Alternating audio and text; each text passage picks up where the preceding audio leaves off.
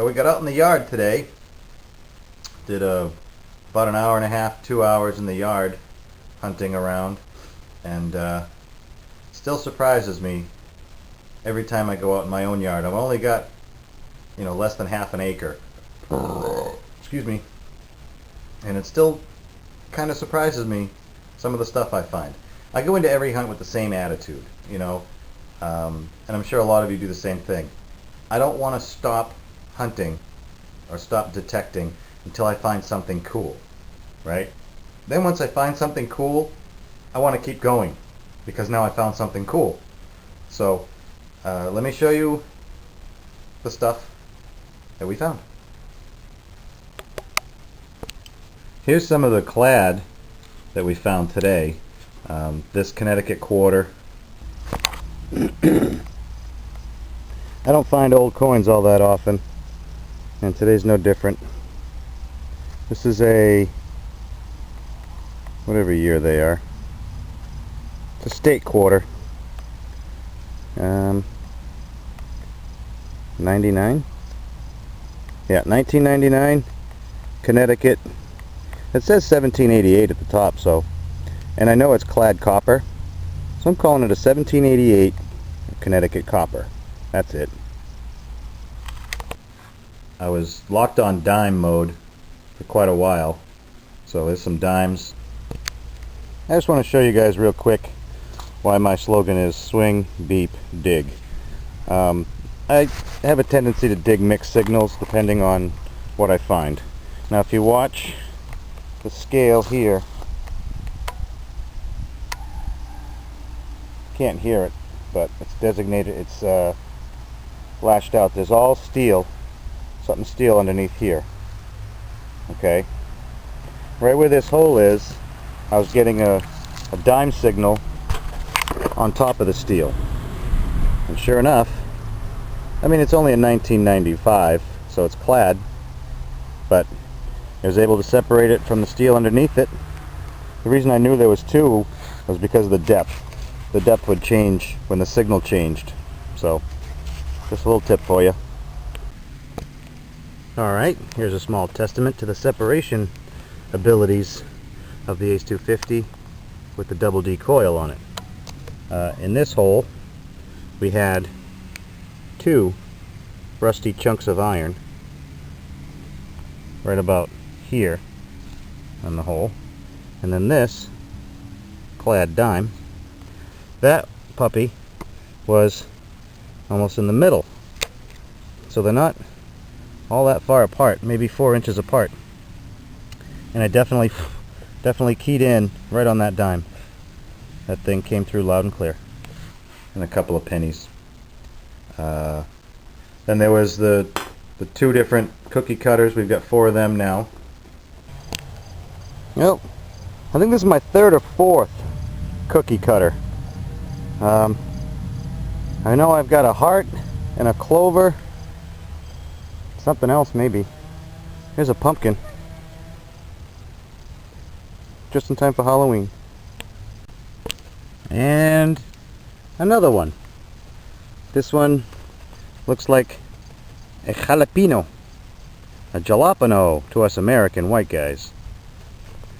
This level right here, and out of this hole 2 inches down, a level. This one probably got hooks on the ends.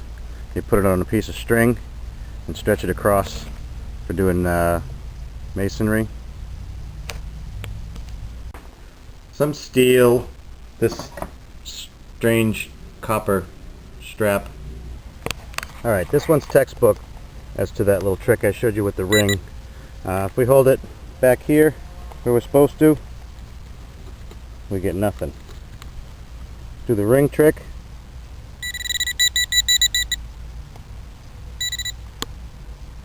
Go back in.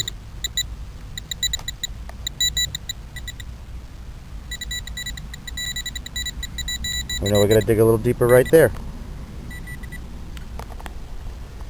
Let's dig a little deeper right there.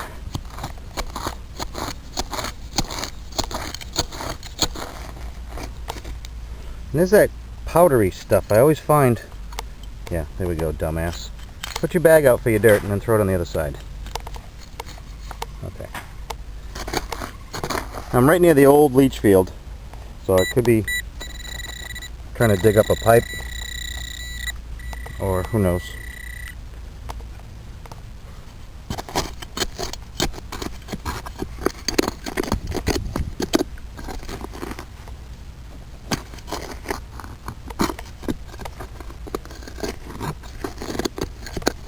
I think that's metal.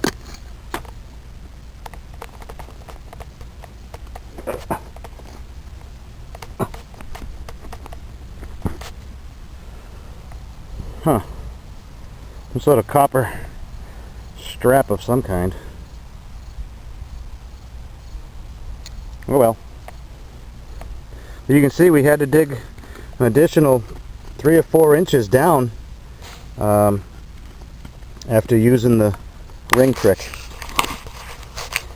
Then we throw this in the pouch, take the end of the bag, put it in the hole,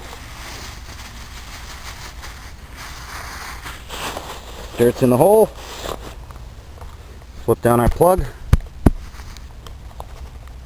never know we're there.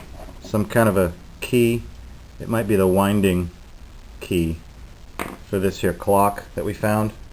And then in this hole over here, about 6 or 7 inches down, some kind of a key, maybe an old skate key for roller skates or something back in the day. Or it could have gone to that clock. We found the clock way over there on the other side of the little hill here. So, what I didn't get on film was this. I just stuck it in my pouch, figuring it was a piece of trash that I would just get out of there.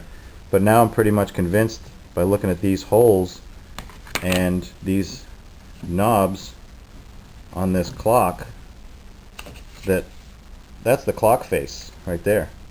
These fit perfectly, and then that hole would be this third hole here. So this has got to be the clock face or the clock back.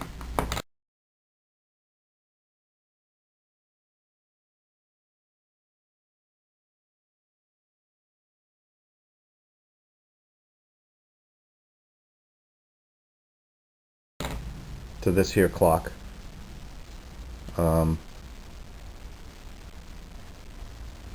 Very old, very rotted. And here's all the pieces that were in the same hole that don't fit together like a puzzle.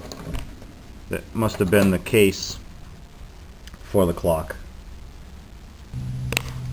So this thing gave me a cracking signal, and my pinpointer says there's still more down here. I'll keep digging, but first off, let me show you what I did find out of that hole so far. Look at that. It looks like an old clock. A wind-up clock. There's the spring. Oops, that was the spring. Some of the gears. Probably set the time. That's cool. So there's the rest of it. Appears to have been some sort of a steel casing for the clock. This looks like the edge of it. We could tell it was rectangular clock, a wind-up clock, and a freaking old clock. Oh, the little gears are falling out.